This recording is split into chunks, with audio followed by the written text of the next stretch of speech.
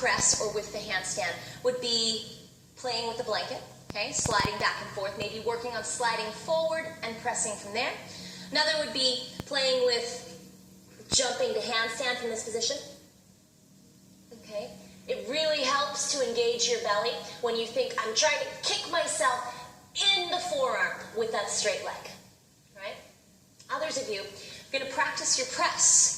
And press might mean today that you're simply jumping off of blocks, which is fine, because jumping off of blocks helps you find length in your legs. It actually makes it easier for you to get your hips over your shoulders, which is the overall goal initially. How do I get my hips over my shoulders? So feel free to use a wall, and I'll demo here. If you're using a wall, measure, forearms distance from the heel of the hand to the elbow from the wall.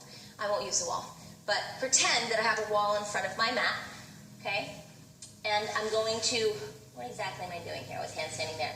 Use one block. Now, here, let's start the easier way. Use 2 blocks and go wide leg, okay?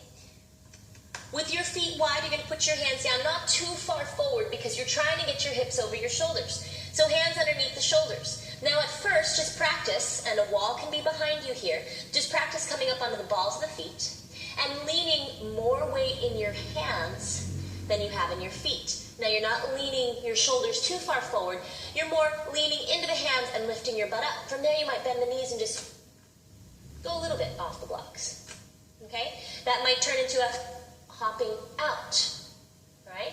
That might also turn into a, okay, I'm going to try to press, I'm going to push into my hands, I'm going to see if I can lift my feet up just for a second, and then come down. It might also turn into a all the way out. And if you are taking that variation, taking your feet all the way out, it is a reaching out with the feet, but it's also a hugging into the midline with the thigh bone. So I'm not pushing my legs out, I'm hugging in. Does that make sense? That way you won't go all the way over into a back bend. You could also do that one leg thing that we did. You can also do 2 legs on the blocks. Okay? Lots of fun. Right? This one is a lot harder. If you are going to try this one, give yourself time, push into your hands, and I'm telling you, this is really good. If you can get to that point where your feet just go for a second and come back down, that's step 1, okay? And it'll build from there.